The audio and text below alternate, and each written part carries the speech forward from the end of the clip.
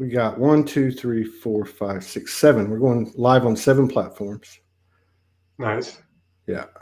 There's 6. Just need one more. Come on. Huh. Well, maybe not. That's okay. That's Twitch. We just started live streaming on Twitch and Periscope, in addition to the other platforms. Looks like Twitch is having a problem, but that's okay. We don't need them.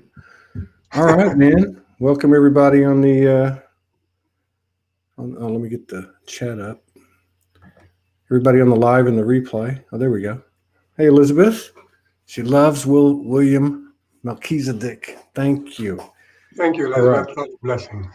So we are going to play a special intro for our brother William. Right. So allow people time to come in. We got 35 people in the house. And we'll be right back. We have a special introduction for this show. I just want to show it to you. So we'll be right back in about 1 minute. Here we go. Oh. That's not it. I have another one. Hang on a second. Nice song. Nice melody.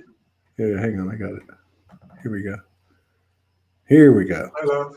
We'll be back. There's Kalina. We'll be back in 1 minute. Ah, really?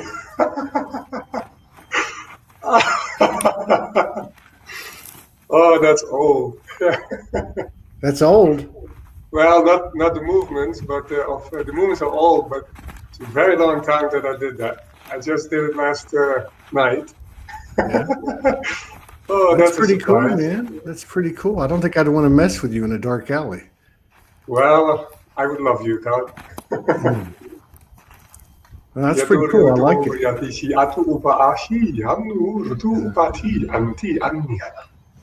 No, I like it. I've always wanted to try Tai Chi, and so is it Tai Chi? What you're doing? Well, or is no, Tai Chi is very slow. This is like Kung Fu. Okay, this is more Kung Fu. I had a few forms that I could, like one particularly, but I really lost the movements in the synchronicity. So this is just what came up in the moment. Very cool. Yeah. I'm digging it. Yeah. Everybody like that? Thank you. Cool. Yeah. Yeah, I thought that Kalina sent that to me, and I told her, don't tell him I'm going to put it on. Oh, no, this is really a surprise. Yeah. So I love the pyramid behind you. I know you're making those now. That's very cool. Yeah, because you showed, when I went over to your house, you showed me some pictures of some different sacred geometry that you built over the years. And then I popped on Facebook and I saw that you built a pyramid, and you already found a home for it as well. Yeah, for me, it's really a long time again that I could build like this, and the space, like in 2005 or 6 was the last time, and I really missed it. Until that moment, and now I've been on a big journey. So everybody knows we connected in Sedona, yes. 2 or 3 or 4 times, and it was a real powerful period of time when we were in Sedona. The second half of September, the first few days of October, and now it's what today. So today's 10/22/2020. So it's very special. Yeah, I'll say it is. Everybody's doing something special on the 22nd. Also, my son is born on the 22nd. My grandfather was born on the 22nd of August. I've been born on number 22. And it's also the number of the builder. Yeah. And I went getting material, and it's the builder's building, and it's called First Souls. There you go. So, there you go. Yeah, it's really amazing. Thank you, whoever's trying out the Twitch comments. I guess Twitch did come on. And just so everybody knows, we're now live streaming on Twitch and Periscope as well. So we're hoping to develop an audience there. For those of you who are joining us from those platforms, we're going to be coming at you with 2, 3, 4 shows a day, and lots of other fun stuff. William Melchizedek, we have met in person, and we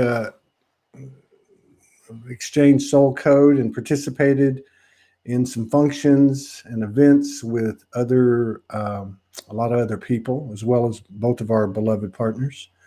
And there was a lot of code exchange, and it was prolific. But we left Sedona, I want to say around the second or the third or the fourth, and came back here. And it's been 2 weeks of in accelerating, increasing intensity. How's it been for you? How's it going? Is everything just pure love, pure fluffy love and light? No. Well, I'm really glad. At the same time, all is well, of course. Of course. See what's happening and figuring it out. But a lot of things that are still in my subconsciousness that I still need to release are coming up and very strong in Sedona. Yeah, of course. That's and I think this energy, just based on everything I'm seeing in social media, this energy doesn't really care where you're at. You can be in Alaska or Antarctica or Italy or anywhere in the world, and you're going to be feeling the effects of it. A lot of people are talking about it, but it is a good thing. It is a good thing. Everything is more and more in our face, and so we can handle it. We've come a long way, all of us, and I've been prepared. Yeah. So have you had any major activations or elevations or getting your butt kicked or anything like that with the energy in the last few days? Well, if you're around Helena and also when you're around with Morgan, the mirror is so strong. So yes. Yeah. And it's very sensitive. Also for me now, surrendering my energy. I'm a lion. My lion signs are moon and sun are both in line. Bashar also said that doesn't matter, because in our core being that doesn't matter. You have to go through it and to be in alignment. So I can and have a very dominant energy within myself.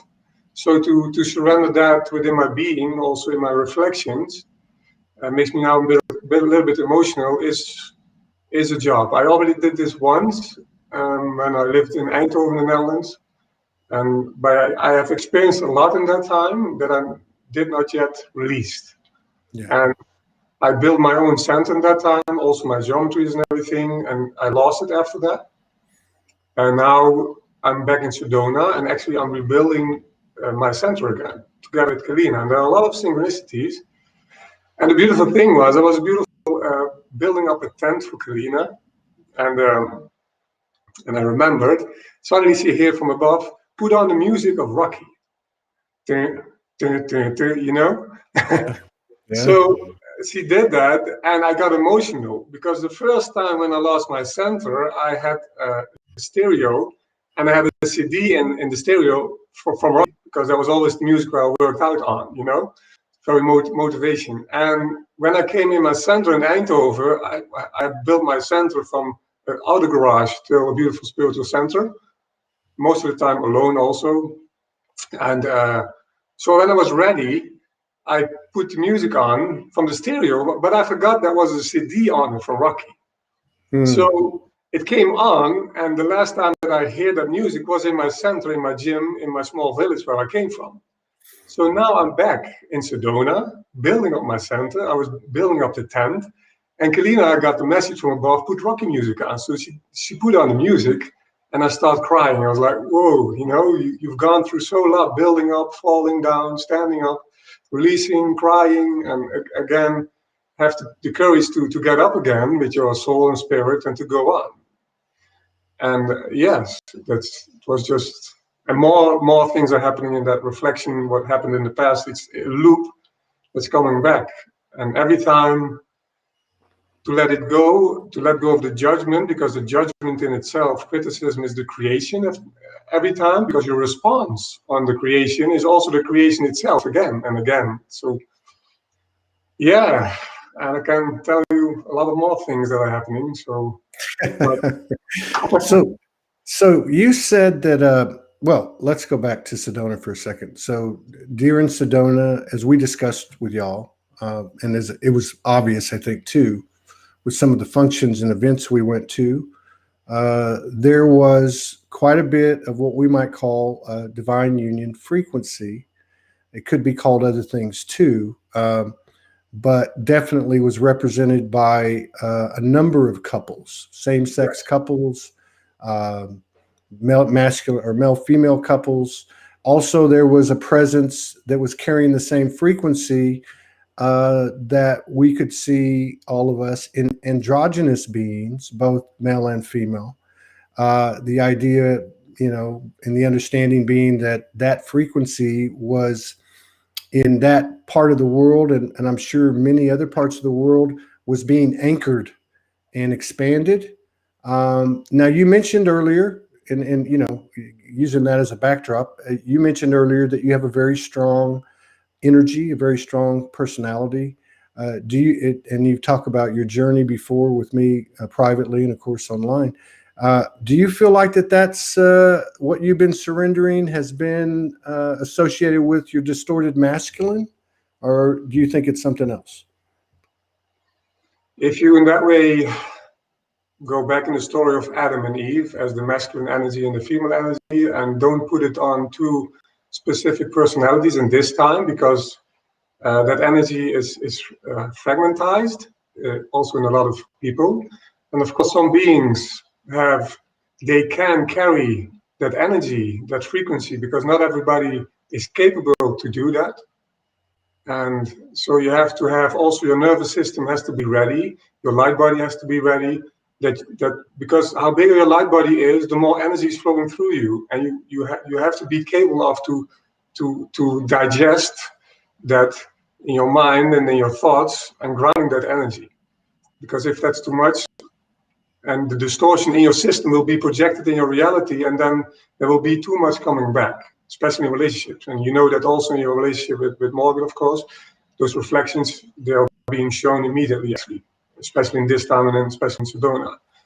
So my whole life is connected to that. I didn't know that when I was younger, of course, but later on, the distortion of my masculinity is searching the feminine energy outside of myself. Yes. And the feminine energy is the energy and consciousness itself. And the masculine energy are thoughts. Thoughts come and go. And so, like the Buddha said, only the masculine energy can reach enlightenment. And in every being, if you're now female or masculine, it doesn't matter, surrendering your thoughts to the feminine feelings you have within you, and in a balanced area in your heart space, there's silence. If you want to talk about God, be still, because in that silence you're becoming one with the void, filled with the presence of God, of bliss, your own true being. So that balance and alignment got distorted a long time ago, but still there was a kind of balance. And if I go to my truth, in my reflection, in my reality, when Adam and Eve came, there was a distortion already on the planet, and to keep that balance between the female and masculine energy within ourselves is already a big job to keep that balance. And everything what happened has to happen also because of the reflection in our life. We need them to regain our divine consciousness again. Even if you're already an enlightened master and you're coming back now and you're incarnating, you're again connected to the distortion of the masculine and feminine energy. So you have to go through it again and again. And that's every soul on the planet chooses to parents in that way as a cell on the planet to transform that energy of the distortion of the masculine and feminine energy in our consciousness. So at the moment that you pick up all the disbalanced projections from the parents, and you're making them conscious in yourself completely, then you're transforming that DNA from your own parents, and then you're helping enlightening the planet and the whole consciousness. Right on. So if you read, sorry, yes? I said right on. It's starting with yourself, starting with ourselves, yes. Right? There's only self. Of course. If you look at quantum physics, there's only one particle. Yeah. And that one particle is in your heart. And that's the core of your being. And that core point of existence is everywhere simultaneously in this moment, now, and now, and now. There's no future in that way, there's no past. And there's only now in this moment wherein everything is present. Also, your past in that way. And we are the creator of our realities. This will come back as a loop. And that's what we need to transform. For me, it has been a test every time I've been triggered a lot by the females outside of me and in interaction with me. And then, of course, you feel that connection with the feminine energy, and for masculine energy, that's beautiful. Yeah. You know, you feel the fragrance of a woman, especially when a woman starts to be happy, and the lower chakras are starting to open and to bloom, and the man is feeling that, and then the man is opening up also within itself, and that's, you know, and to let that go and the dependency that you have towards that energy, and to recalibrate that within yourself so that you're becoming one with the goddess within ourselves. It's the main goal. And if you really want to be a messiah on planet Earth, and everybody is that in essence, because you are in that way the messiah within yourself, let the messiah, your soul being within you, incarnate in your being, transform that DNA within yourself, and be the I am presence. Yeah. And that's the main goal. Like Joshua at that time, when they asked him if he was the Son of God, he could not lie because he had self-realization that he was a child of God, that he was the I am presence. So he could only say, I am. Yeah. And that's for everybody. And when you say I am, then you're connecting again with source of all that is. And that's a manifestation. And then you're already manifesting the balance within yourself. So if you go back as an example, for me, the story of Adam and Eve, that of first the feminine energy in that way was misguided, misled, okay, and that's also a reflection of the distortion of the masculine energy. So it needed to happen so that the masculine energy could be tested, and that needed to happen so that God itself, or the Son of God, could be tested to fulfill his own self-realization. And that's neat. Also for ourselves. Yes. So no, I was going to say that it sounds like a recipe for expansion. yes. It sounds like a recipe for universal expansion through the fractal that you and I are, and everyone else. Yes. A lot of people, I'm going to say a lot of people, I don't want to exaggerate. I've seen a growing number of people posting and expressing themselves in terms of a greater clarity. And if I think about the experience in Sedona and the androgynous frequency that occurred and that was obviously being anchored through couples and through individuals, there starts to be emerging in the consciousness, as I see it, of what we call the feminine and the masculine. And I guess what I'm saying is that I've kind of walked away from these last 30 days and have a newfound reverence and honor and love and respect for obviously the divine masculine energy, the divine feminine energy, but also the distorted masculine and the distorted feminine. Because without those two aspects creating the friction with their divine counterparts, there is no expansion, there is no elevation, there's no expansion of the awareness, and therefore our skills, abilities, and higher sensitivities. So what I wanted to get to also is that one of the things that I've come away with in the experience that we shared with others in Sedona is that if you look at the distorted masculine, if you look at the distorted feminine, what is that? Could that also be considered the wounded ego? Yes. And I guess what I'm trying to say is that there's been a patriarchal impression imprinted upon all of us. And as we start to notice with this greater clarity, these distortions in the mirrors that we live with in our lives and our day-to-day interactions as we get out and interact with people online, in person, and so on, that these mirrors are showing us aspects of ourselves that we have yet to discover. And I guess where I'm going with this totally is the recipe for expansion is the same for whatever your incarnation is in the physical in terms of gender. And I guess we're talking about zero pointing, shadow work, and the old adage that it's never them, it's always me. Without the we, there's no me. What's that? Without the we, there is no Without me. the we, there's no me. I like that. I like There's that. only, in that way, there's only we. And the acknowledgement of the me happens through the we. Yeah. So the we is the mirror of the me. Yes. And there's your 2 points of friction. Yes. Right? Yes. The me and the we rub together to create an unknown product of the equation, right? Yes. And this is where we're at now, it seems, is what do we do with this? I mean, we know that we're expanding and accelerating quicker and quicker. Doesn't mean it's always, feels good, but I think we have enough wherewithal to be able to think while these things are happening and to look at the opportunity of further expanding our sovereignty and our liberation. Regardless of the uncomfortableness that these energetic downloads bring to us.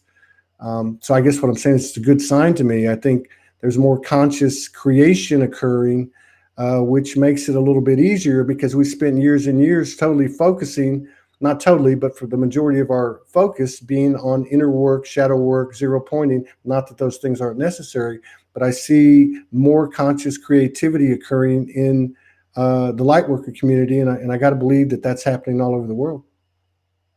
Yes. At this moment, because we have reached the point in 2012, the light in that way has won, if there's a sense of winning, because in that way, if you look at the core being in itself, there's no winning or losing. Everything is in perfect alignment and synchronicity. And when you see that in your own creation, you're going to believe it. And after believing, it becomes the knowingness. So believing is even not necessary anymore. Because when you know it, you can let everything go and be in your heart and in your I am presence. Yeah. And still, that's a test every day, especially when you're in that way in Sedona. You're not biased because you're over there. Yeah, telling you, I don't. Yeah, I know Sedona. I go again the 27th, so I can enjoy it for 5 days. I have to go back home. Right. Well, and one of the things that was new for me in this Sedona trip, because I believe this was my 6th trip over there. The previous 5 trips there were definitely episodes of divine intervention, apparitions, dimensional experiences, interdimensional interactions that were a little bit off planet, a little bit off the norm. But this last one was very, pretty smooth. I stayed pretty busy, but I got to believe that to me, that was a really good sign, not for me personally, but for what's available and accessible out there in the energetic field.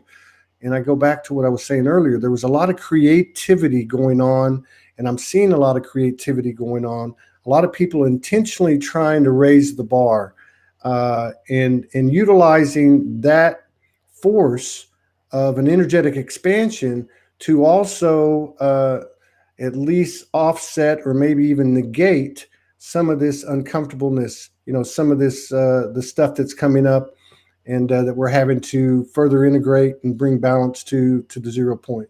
So, I mean, I see this, what's happening, as a very, very good sign, especially as we approach the end of the year with this election, which affects the energy of the entire world, and the further chaos that I'm sure it's going to bring, which is also, of course, the prerequisite for expansion. Yeah, chaos in that way is a point of growth. And I've seen it as a child when I was 3 years old, what's going on now. And the chaos periodic, period, yeah, that's the one. Yeah. We're going to have a very beautiful time after this. And that's what I've seen as a child, and I could not translate that dream when I was younger because I was growing up. But now I can. And the light already is one, and now everybody has to go through their own expansion and enlightenment. And also a lot of people think that in that way Christ is coming back. And in that way, that's not the case in that way. Still, he can be here as a personality, but everybody has his own enlightenment because everybody in itself is the one. And that's, yeah. Still, Christ can be in that way as a savior, but that's the Christ within us. And Christ is in that way a reflection of that. And that masculinity, that energy, there were also more masters, but also Jesus was one of them who balanced the distortion of the masculine energy. And when you reach that enlightenment as a masculine energy within yourself, like an initiation, so that you're becoming anointed, because I've been anointed in this life, in my synchronicity in my life. If I tell that story, that is pretty connected to the synchronicities, but then it started for me, the reflection started to balance that the distortion of the masculine energy. If I go back to, I want to communicate still something about what happened in that way in my experience and how the reflection worked towards the androgynous being, as what has been reflected in Sedona, what you have said, because that story makes a lot of sense according to the triangle, that when Eve left in that way in the vibration of Adam, Adam still could be in connection with the Melchizedeks. But he felt the pain of being out of balance, that his own feminine energy, what is actually the basic feminine energy from God and Goddess within him, was gone. So he became dependent of that love. And he followed Eve to do the same thing. And that's actually the dependency of the masculine energy. That was the real drop of consciousness in that time.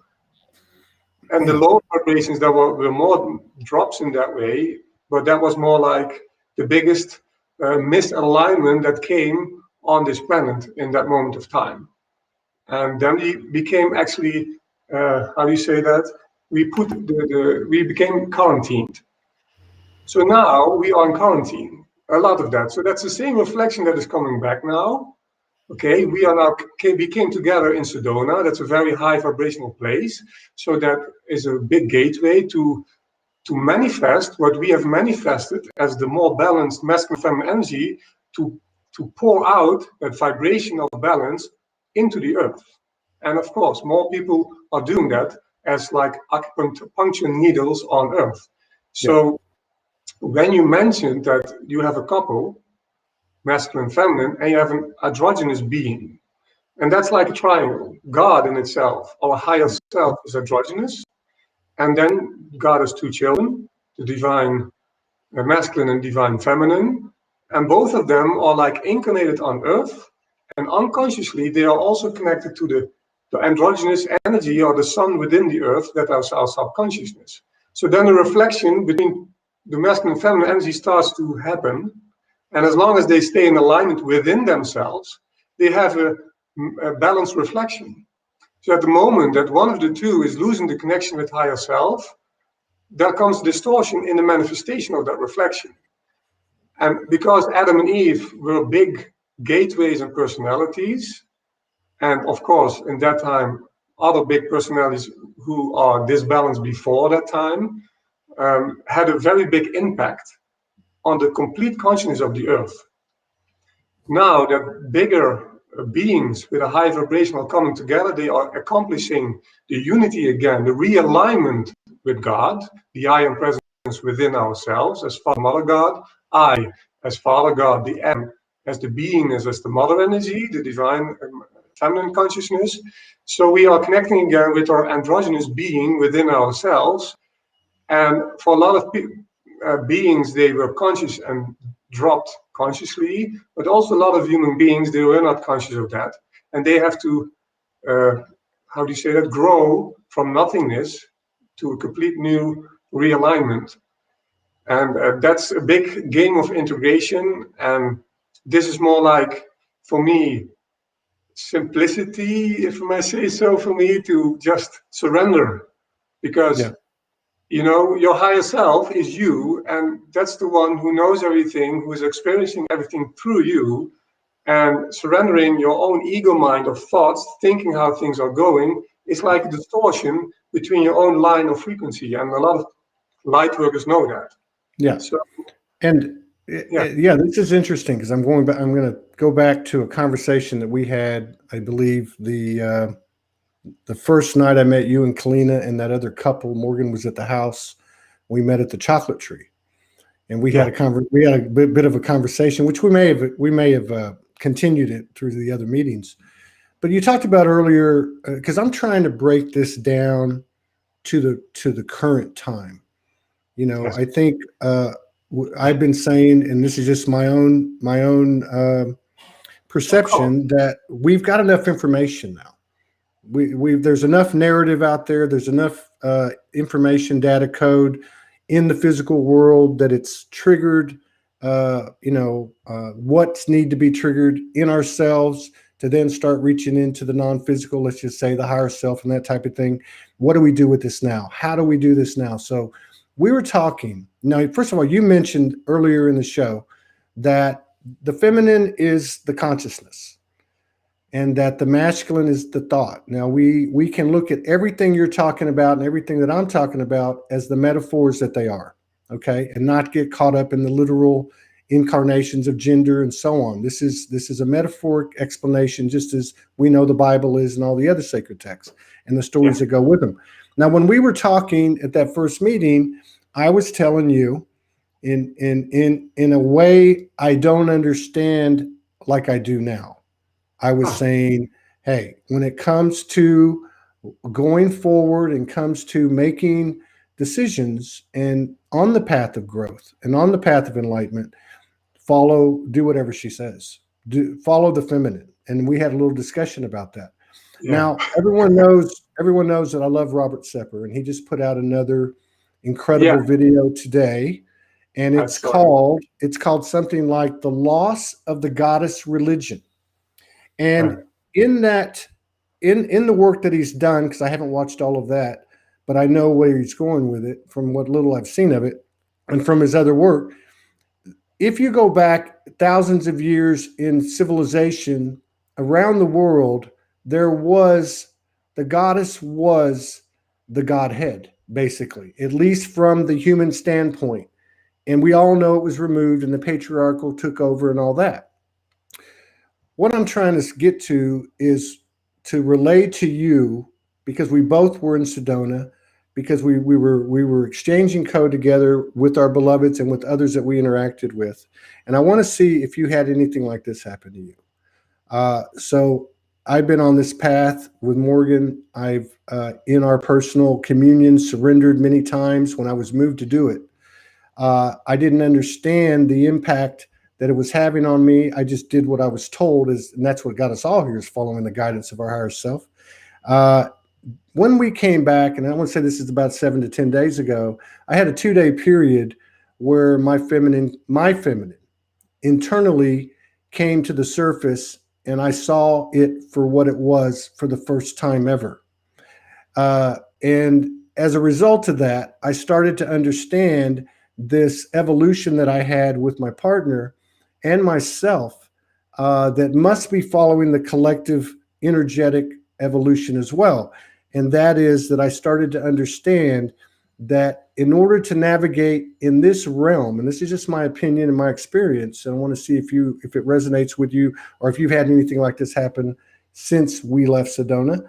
But what I came to understand was that the feminine energy leads, but in a way that I hadn't understood before, a way beyond my relationship, and that the feminine voice in myself is what leads. And I don't know how the other realms work in the other dimensions and timelines, but in this realm, we know that the patriarchal was vastly distorted, not to be confused with a masculine distortion, but a patriarchal template that imprinted upon all of us a distortion to both the feminine and the masculine. Have you had any type of revelations or epiphanies or experiences that are similar to my own? Because I got to believe it's out there in terms of whether you're a man or a woman, having the feminine energy lead? Yes. For me, first I have to do something with something. When you are talking, the things that you're saying, my inner being is communicating, and light language comes in. So I want to do this first.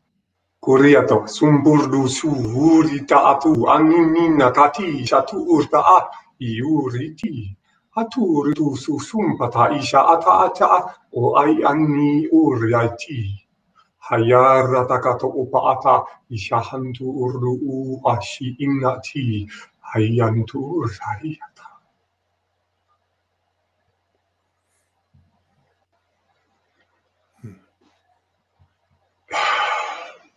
The divine masculine and divine feminine are one. If there's a voice or an action that is not love or not grace, it's not God. If there's a voice within us that is not soft or loving, it's not God.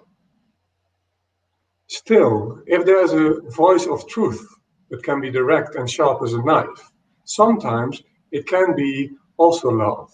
It depends on the situation, what it is in that moment. When we are ready to receive the voice of the softness within us, of love, of the goddess, you have to be ready for that love and that truth. Because if that love of the goddess comes into your being, the softness and the power of that vibration, you have to be ready for that love. And in my experience, if you look at the I am itself, if you say I am itself is powerful. There's power connected to the I am. If you say we are, is soft. That's also the difference between the masculine and feminine energy. One time in my experience, I did transformational breathing, and I was breathing the breath of fire for like 20 minutes or a half hour, and I was breathing like, and I was really pumping my whole body full with light and energy. And then everything became white. And there was the voice of the goddess came into being, and that was years ago, that was in 2004, I believe, said to me, you don't have to do anything. And everything dropped off me, all my tension, and I started crying and crying and crying. The grace and the embrace of the Divine Mother is, I have no words to describe how big that one is. And the grace within the 0 point field, the 1 point of creation itself, is that there's only the now in existence, is already the biggest grace itself. Because if only now exists, now, there's an emptiness, a void, where everything is already in forgiven.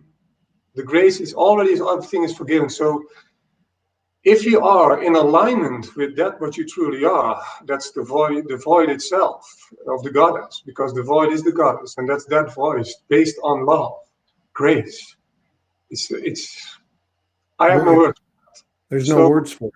No, it's an experience. You can Have experience that what God or the goddess is, and so for everybody it has to go through that on their own, and that's why the alignment and holding space to be in the I am presence, in the oneness with your heart, is the biggest goal you have, because in that moment of now, you're manifesting again and again and again, because only now exists. So I got you.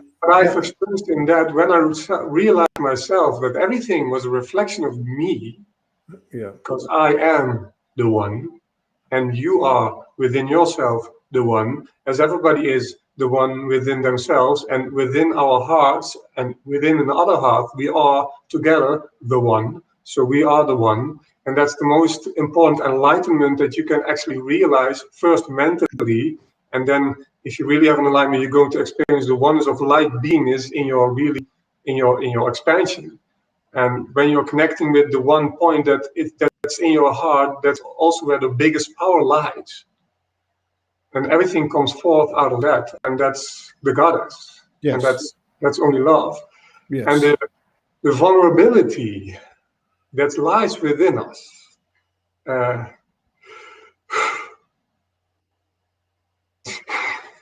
as a baby, that's what's within us. Yes. And everything what we do, even a thought, a judgment, a criticism towards somebody else, is a criticism to that little baby.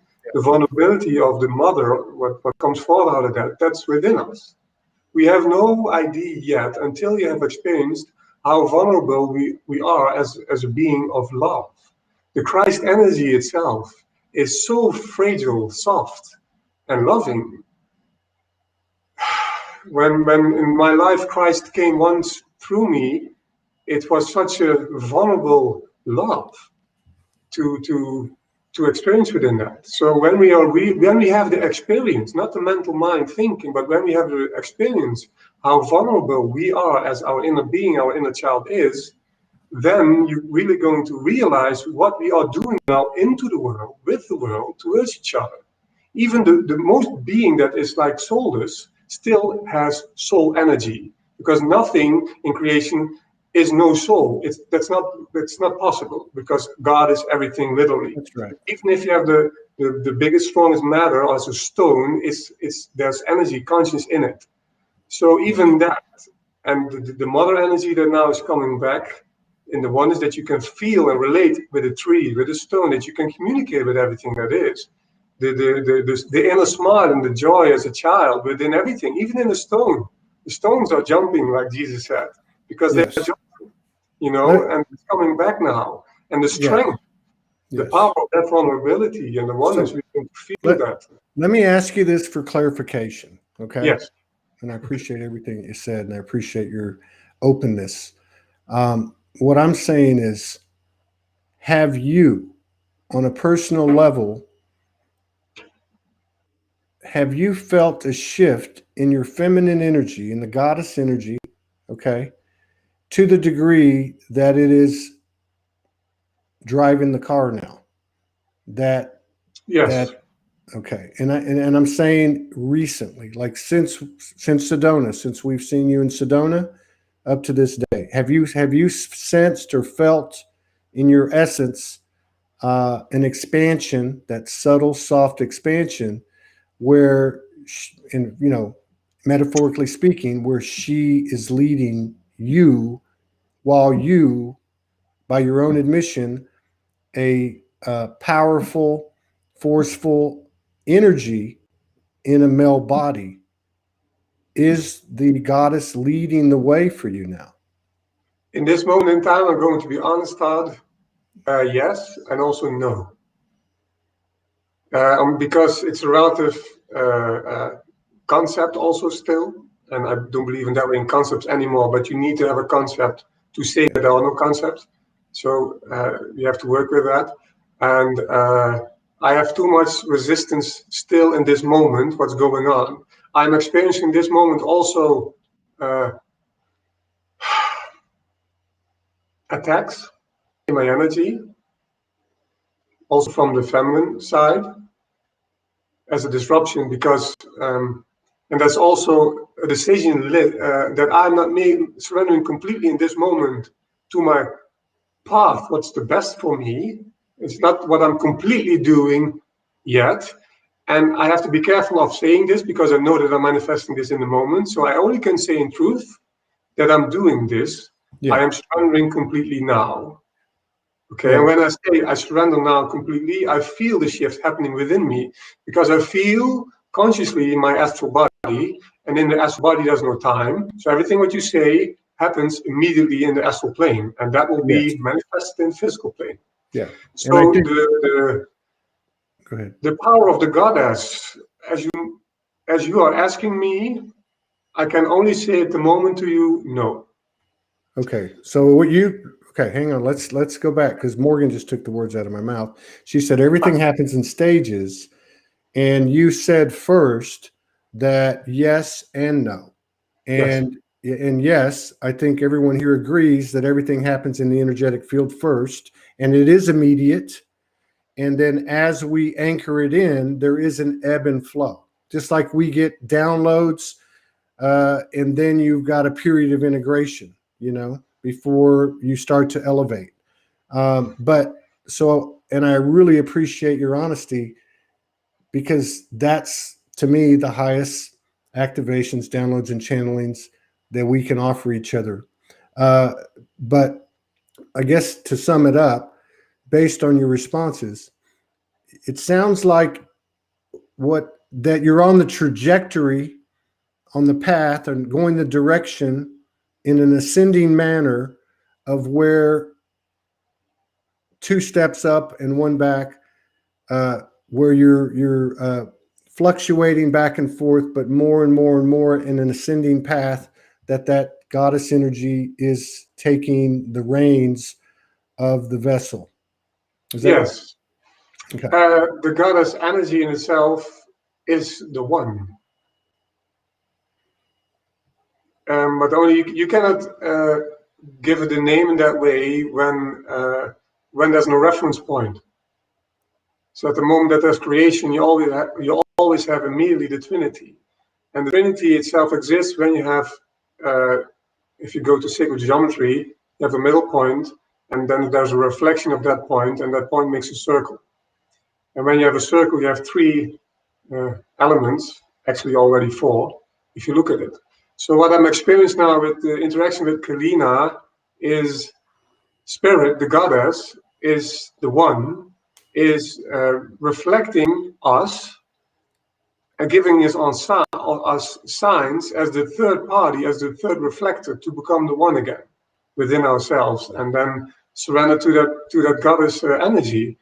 And at the same time, you're being present on this planet with your own vibration, whatever that may be in this moment, because I cannot relate in this moment in time how big my energy field is, how big my aura is, how much I channeling through my system, or how much somebody else is channeling through a system, what is going on collectively, what's happening in that field. So I know already in my life that I have completely surrendered to the goddess. I have become one with the goddess in that way. And now I'm also, when you all have experienced that in your manifestation, in your experience, then you go back again, incarnation, and take up another job. You're going to take up other energy to do like work for divine work, for Gaia that way. So where I am now taught, together with Kalina, I feel my resistance to surrender to the goddess. I'm being triggered out of my own center, because I feel everybody in this moment who connects with me, I feel that person within me. Okay, and now, like Kalina and our connection is on the higher heart connection. It's on the higher heart. So I have to lift myself up to feel that unity in the higher heart connection. So through my experience in my life in the past, I went through a lot of pain, a lot of losing and searching for the one true love, and to understand what real love is, what is also the story of Jesus and the story of Buddha. You're investigating, and then you're going to realize all that what it means. They once said to me in my life that you are going through the initiation of the Buddha and Jesus itself. And many people are going through that initiation in this life. And at the end, you're becoming indeed an androgynous being. So for me, surrendering to the goddess, because the goddess is the energy and consciousness, is the reflection of me, because I'm the one who's thinking, creating in my own vortex. The one point is like actually a masculine energy, and the consciousness is the expression of that in all that is in the void. And every little point in that way is one point in that. And Good. Let me take a breath. Yeah. Let me ask you something.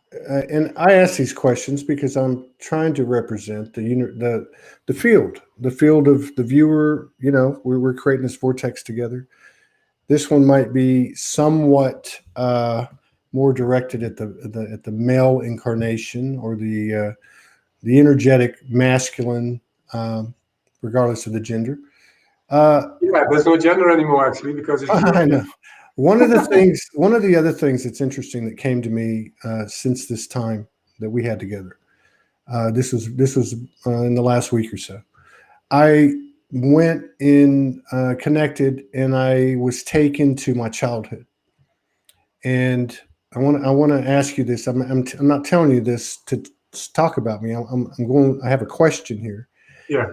So I was taken to my childhood, and with a lot of clarity, I saw that for the first 6 to 7 years of my life, I was leading with my feminine. I was I was more balanced. I wasn't imprinted yet to a degree where the masculine took over in the driver's seat, distorted. Okay. In other words, I got to the age of like 6 or 7. I went to the playground. Somebody punched me in the stomach a couple of times. And then I went down the street, knocked on his door, and beat him up. The masculine energy in myself took over. But up to that point, all I was a fairly aligned and pure heart. And I'm not talking about myself. What I'm trying to do is get some answers and get some code exchanged in this vortex. Okay. Can you relate to that? When you were young, could you feel that feminine? And I know we weren't consciously thinking about these things, but in retrospect, before No, the I was world, rebel. before the world started to imprint upon you the Well, patriarchal template. I was a very sweet boy, and I asked a lot of questions with my father and Okay. mother, as long as I can remember that. So But I was, it was a similar experience. And I just wonder how many men would say the same thing. like what you have experienced now. What you're Or, talking about, being born, going through the first few years of your life, and being that energy of the feminine, of consciousness, okay, and then starting to be tainted or misaligned or out of balance as the distorted masculine yeah, became the prominent driving force in your day-to-day existence. that's a very relative question, Todd, because everybody is on their own development and creation, and everybody creates indeed also his own reality, and that's very relative. Even I cannot go completely back in my own youth, how I was in that time. When I really found my feminine energy within myself, then I was like 17 years old, but it was projected on the masculine energy in that time. I grew up in a pub. I grew up very strongly in a distortion masculine energy. Yeah.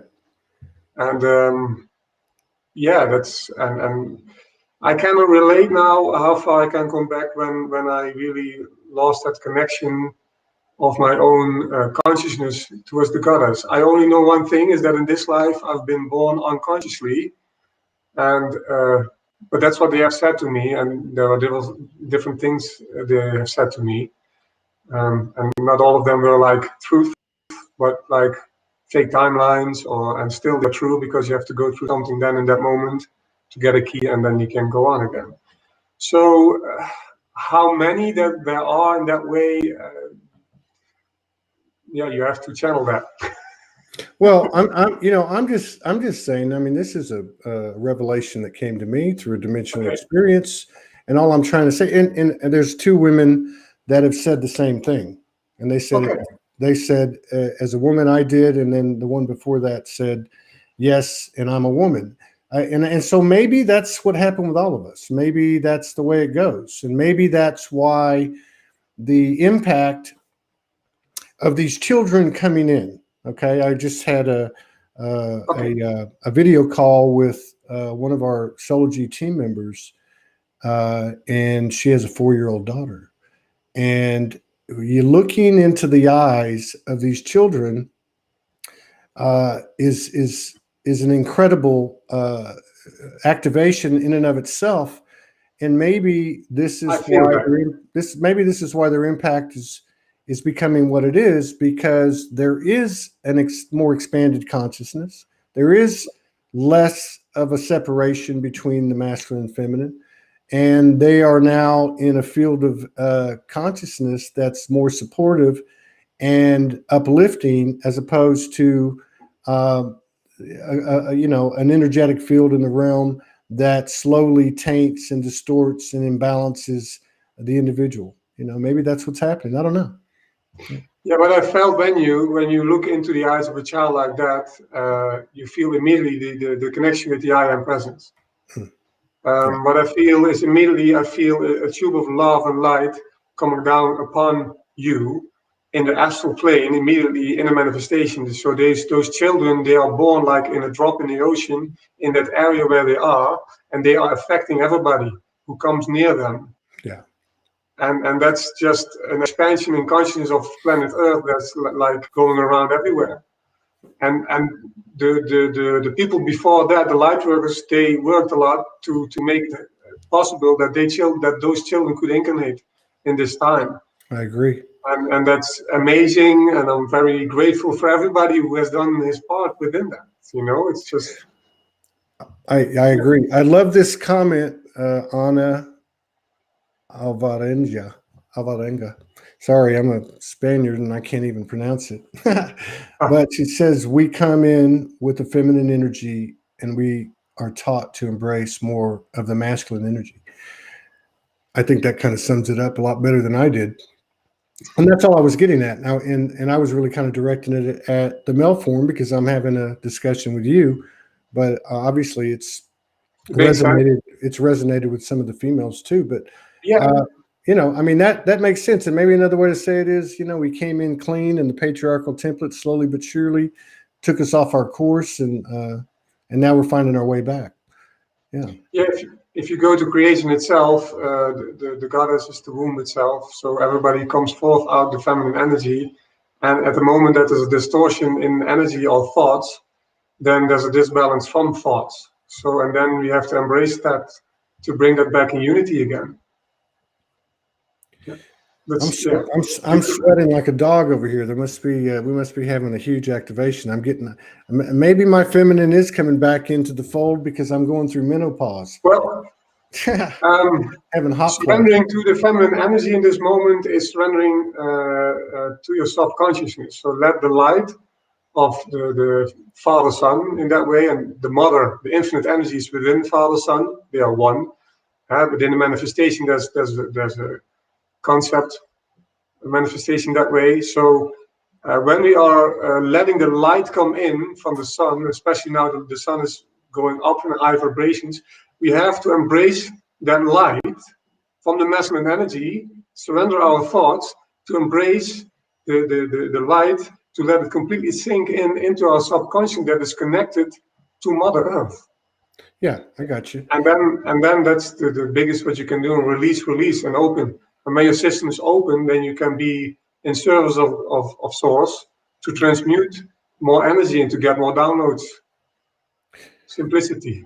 Yeah, here's another great comment from one of our sisters, Gina Papa George. The first spark was feminine. The feminine leads because that's creation. The idea, then the masculine energy comes in and makes that creation manifest in solid form. The masculine energy is also there to protect the feminine. So it's almost like an infinity sign, that begins on one end with the feminine. And it goes back to what you said at the top of the show. You said that the feminine is consciousness and that the masculine, we're talking energy, is thought. This is a good conversation. I'm burning up, man. We're going to have to, we've been an hour, but we can go a little bit longer if you're okay with it. Yeah, I'm okay. Is there anything that you would like to cover? Any light language, blessings, anything like that? Why don't we talk about this pyramid for a second, though? Okay. Can we talk about that for a second? Yeah, but can you? 1 second, Carl. Yes, you're activating within me now something. Okay. So I'm going first to respond to that. Yes.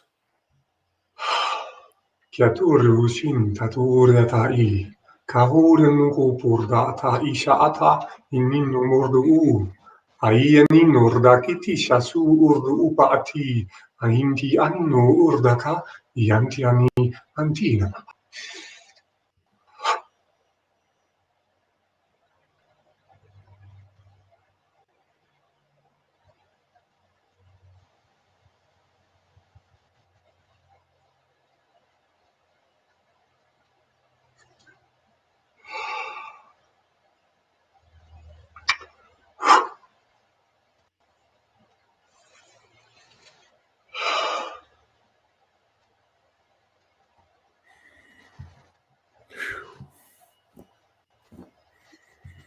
Inin urdu patati, saturiti tatuiati, aiuri takatatu supati, hanun urdu tuturi tata sasi, hayur tututukati ati, hayu, hayi, hanin murdakatuta, susu purtu uninin takatai, hayuru surata, hamunur rakatisata upa, Yanyana Intina.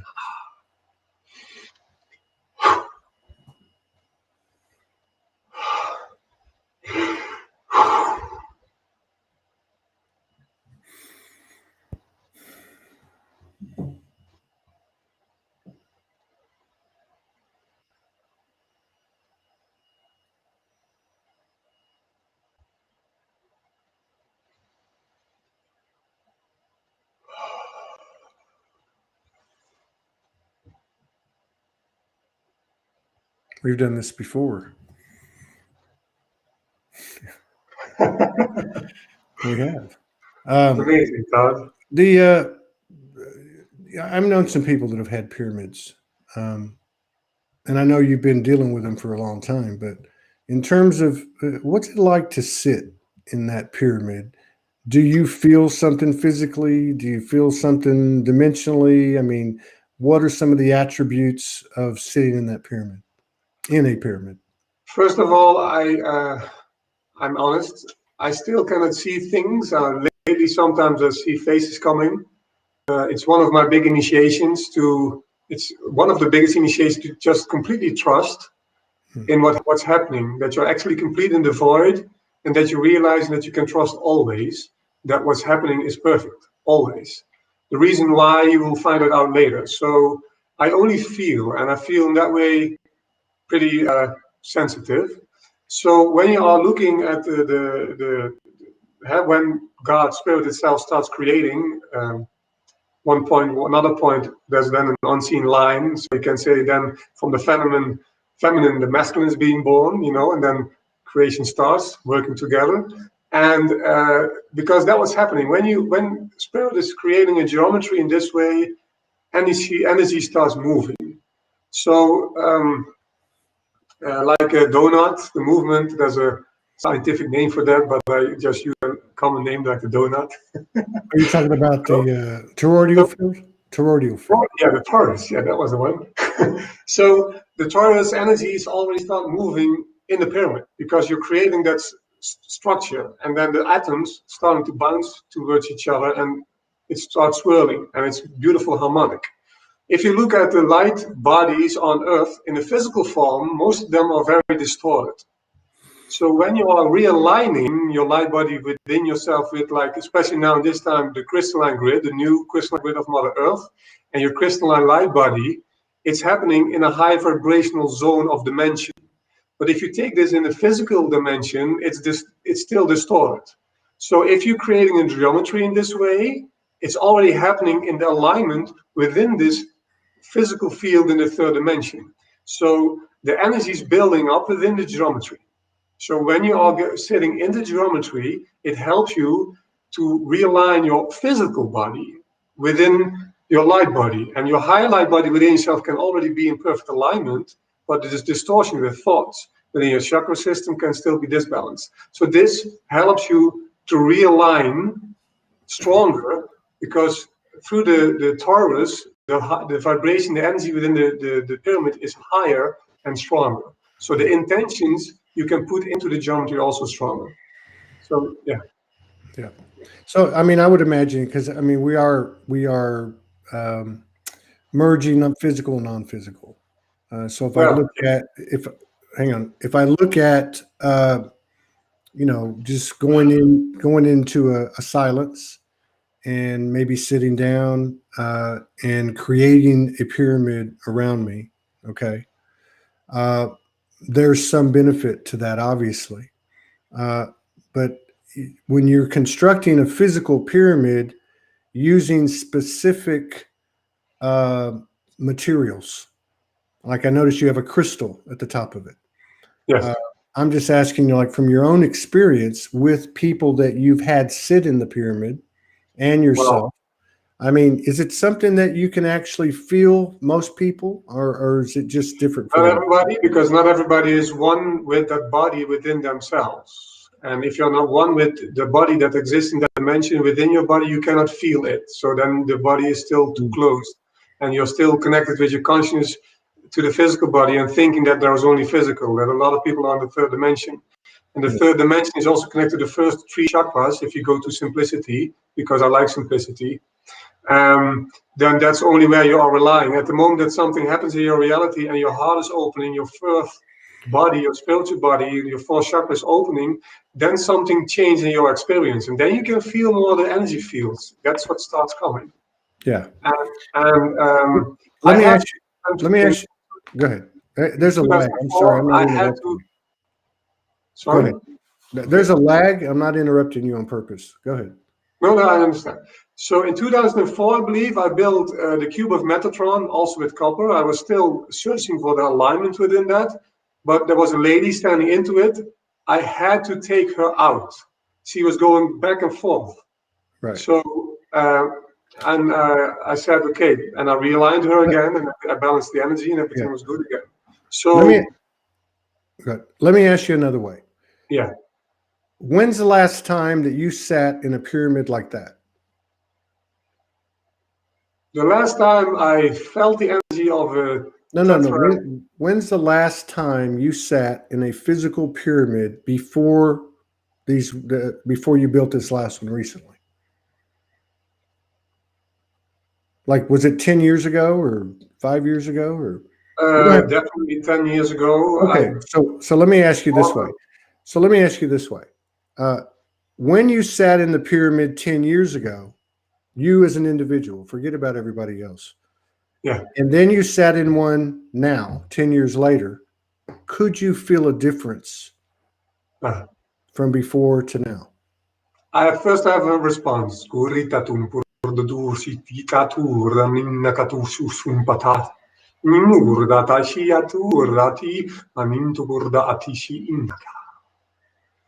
I have to be honest, no. Okay. The experience that I had in that time in my center, and I built up a very powerful energy together with other people and people who came into my center to build up the energy within my center. That energy was in that time very high in the dimension that I already was connected with and that I grounded into Earth with more people in that time. Okay. And also I was learning a lot.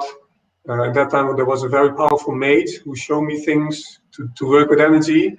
And until that changed. So I after that I had built my Merkaba in a physical way. I activated my light body within myself, and I got a very big message in that time. You have now to wait and surrender to that. Yeah. And there was a point in time when I sat in in my geometry, was limiting my own Merkaba. So for me, it was not okay anymore to sit in it, because for me it was limiting my energy field. Yeah. So now I can sit in it because the vibration of the earth is higher again. So now it's balanced again. You know, it came back up. So everything in life is you go up. You know, slowly you go. It's lifting up. So I cannot say now for me if it's limiting my energy field. At the moment, it helps me to realign myself. I'm getting in a space of high vibration, so that means that I can more easily be in peace. Yeah. And just let go of everything, because it's more balanced energy than if I go outside, even in Sedona. Yeah. In Sedona, the energy is very high, but also the people who are doing things, you know what's going on in Sedona with the people who are buying stuff. The 3D energies are very active at the moment, and that's also beautiful because there's a reflection within that collectively and strong in Sedona centered. So yeah, more and more you're connecting with people, and then you have to realign yourself again and purify.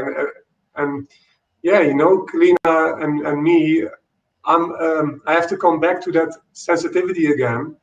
But Kalina really has to be more in her own space because she's so sensitive. She picks up very easily energy, and also of my own projections upon her. She's really helping me very great because she's very pure channel. Sometimes she's also getting a bit out of balance through my energy. So then I'm feeling guilty again, and then you have the responsibility again as a masculine, you know? Because that's the feminine energy is the reflection of that and the creator from your own subconsciousness. Your own subconsciousness as a masculine is the feminine who's walking next to you. And that's for 95% is your subconsciousness creating your reality. We as masculine for the 5% as observer are responding to that. So we have to be in alignment with the goddess from our subconsciousness. Yes. And that's a reflection how we are connected with our higher consciousness in creation. Yes. And that's related to our relationship that we have with our own physical father and mother. Yeah. Gotcha. So, let's cover this. There was a couple of questions about the pyramid. Thank you for that. You were breaking up. I couldn't hear everything. Okay. I think that's on my end. Is the physical pyramid more to align your energy to a specific point and lessen other distractions? I guess that would be really intention based, wouldn't it? Yeah, also. Oh, now the question is gone. I have to read it again, Todd. Oh, I'm sorry. Here, let me pull it back up. It's okay. I have to, because I'm Dutch. So the translation is also, if my communication is a bit limited in English, I'm sorry, I'm Dutch, so I have to translate it in my, that's a limitation, but my energy is not in that way limited. So is the physical pyramid more to align your energy to a specific point? Because words are in itself, they kind of, you have different perspectives. And, okay. I have to say yes or no. Okay.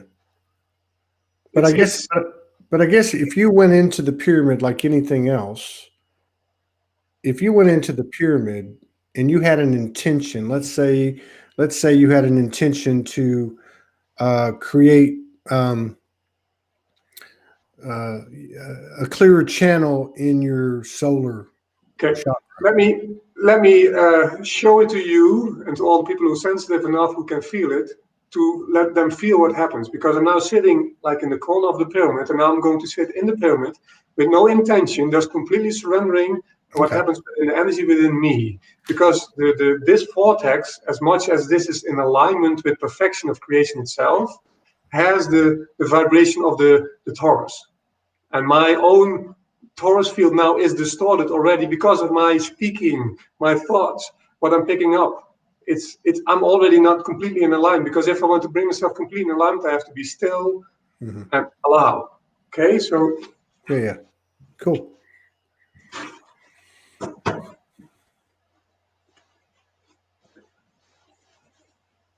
I already feel now strong connection. So it helps me to bring me back to a specific point. Yes. But if I sit over there and I'm saying in my creation, I'm now aligned, my astral body is in alignment. And the more that you are one with your astral body, where time doesn't exist, it immediately happens. So when you're one with your astral body, then you can create things immediately in that space and time. But you have to become first with your astral body to let that make possible within your own vortex. Right on. Okay, so now I'm already feel a much lighter energy. I feel the flow of energy of my own Taurus getting stronger, and I'm asking God, Goddess Spirit, the Godhead, to amplify that energy now. My heart is expanding. More light, more light, more light. Light expand, light expand, light expand. Now I feel that the geometry is limiting me. Kiaturru simpatati tu urta asa anta, iti aturru riani, kaishiantu kurraka, ishiantu. Now I feel my wings. Kianur rakata sashia, umuru, shishitati aturita, yinurati. Ati umurrotu, rurati, ashianti anti.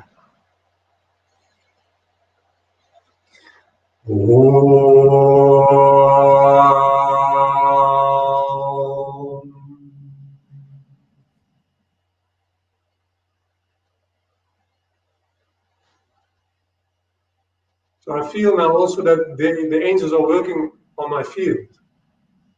And I myself, I actually don't know, my ego self, my mind doesn't know what's happening. You know? I only feel now what's happening and I'm responding what is within me. And I'm just trusting that because I am the creator of my reality. And if I don't have the trust, then that will be reflected in my reality because I am the one. And so if I trust, I will manifest trust. And that's the responsibility that we have, or I have. Very cool. But the I in that way doesn't exist without the we. But the I itself does not need the acknowledgement because it's all-knowing. And we create in a specific universe a reality so that we can acknowledge the all-knowingness. So in that way, there's a specific universe that we are going to experience not knowing to testify of the truth that I am, that we are. Kiaturru purrati, tanurru sishata'a, umpurratu kumurintiti antishi, hainina urita ashia.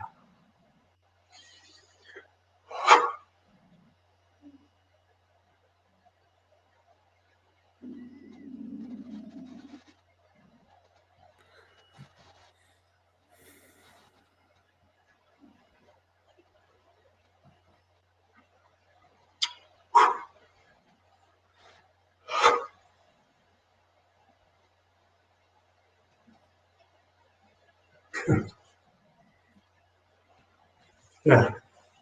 Very cool. Thank you for sharing that with us. Thank you, Todd.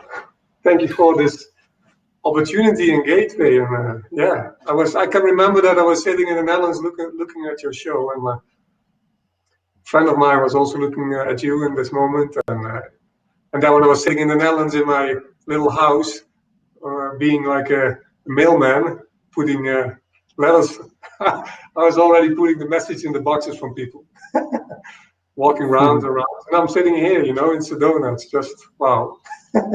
So I'm really, what I feel now is the gratefulness, the thankfulness. I am bowing like through the earth, making like spinning circles of the surrender, I've been through a lot and I felt so deeply alone and abandoned. And